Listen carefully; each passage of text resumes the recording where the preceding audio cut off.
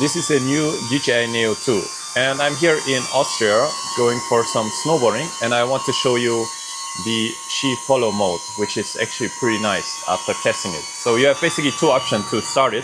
You can either use the DJI Fly app and press ski follow mode, then you have some more control on your smartphone, or you can even use a controller from DJI, or which is also pretty cool, you can actually start the drone from your palm of your hands like this, and then there's a small display which you can change the settings on, and you can actually start your drone like that on the slope. So right now it's kind of foggy, but on the mountain it's supposed to be sunny, so I will show you some footage now and you can judge by yourself how good the DJI Neo ski follow mode is working for you. If you like the DJI Neo 2, there's a link in the video description below, and if you buy this awesome device you can support my channel, so thank you very much if you use my link to buy the DJI Neo. But now let's go on the slope. I'm using the ski follow mode here and try to be high up and far away so you get the best footage here. The battery is pretty small, but you will see.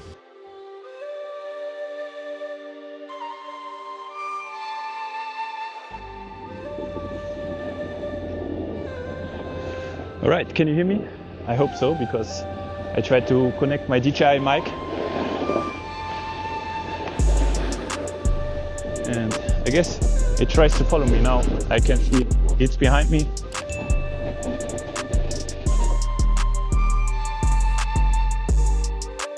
Oh, so nice. Early in the morning, it's the best condition.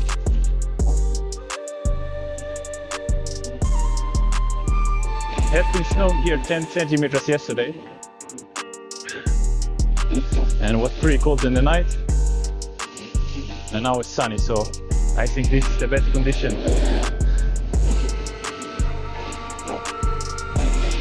So let me know in the comments how you think the drone is following me. I think it's kind of struggles if it goes in front of you. This is also possible, or on the right or on the left, so I prefer it to go behind me. Or it is also part of the game.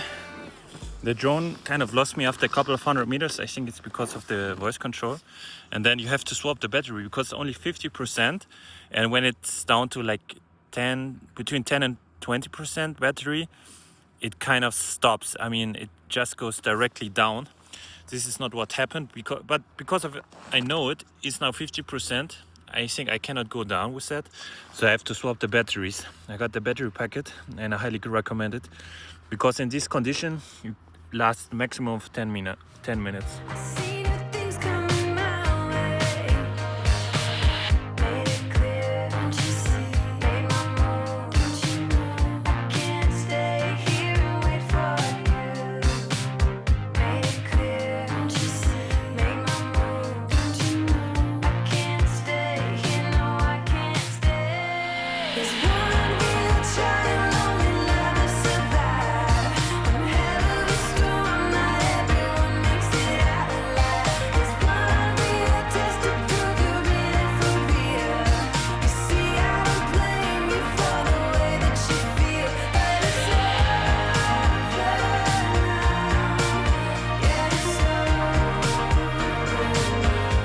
So in this condition, clear sky, not a lot of wind, a very big slope without many trees, it perfectly follows you from behind. But now I want to show you how it is when it follows you in front or from the side, because actually I had a small crash and I want to show it to you.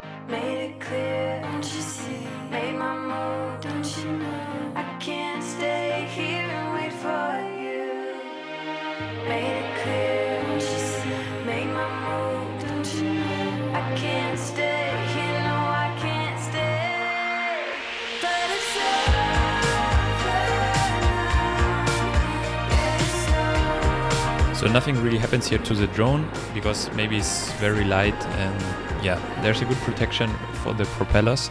But I think if it comes from behind, it follows much better, and it better detects all the trees or the branches of the trees. So I would stick to that, to be honest. Another issue I noticed here, but only for one time, is it detected me first. I started the ski follow mode, but then when I started snowboarding, it kind of lost me and detected another person. This was a very crowded area, but this is not very good, because if you go downhill and the drone lost you, you are kind of stuck. You can check your smartphone and tell the drone manually that it should come to your position, but yeah, this is not very good. Usually you kind of hear the summing from the drone which is behind you, so this is how I noticed that.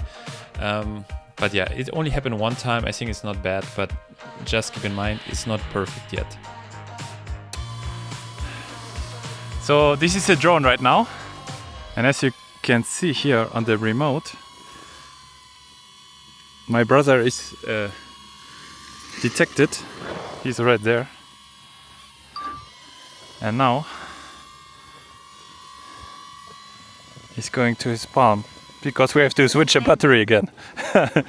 At the end of the video, I want to mention that there are also kind of awesome features on the drone, like the selfie mode. If you're in a group, you can have really nice selfie photos. You can have a drone mode. You can have these very nice perspective of the mountains, and there are many like automatic modes that you can use, and I think the DJI software is really great for that. So overall, the ski follow mode, I'm really impressed of that. There are some limitations. You cannot color grade it, for example. I would stick to the from behind mode, and yeah, the battery is kind of weak, to be honest, but it's not a very expensive device, and is to have fun and to kind of follow you behind.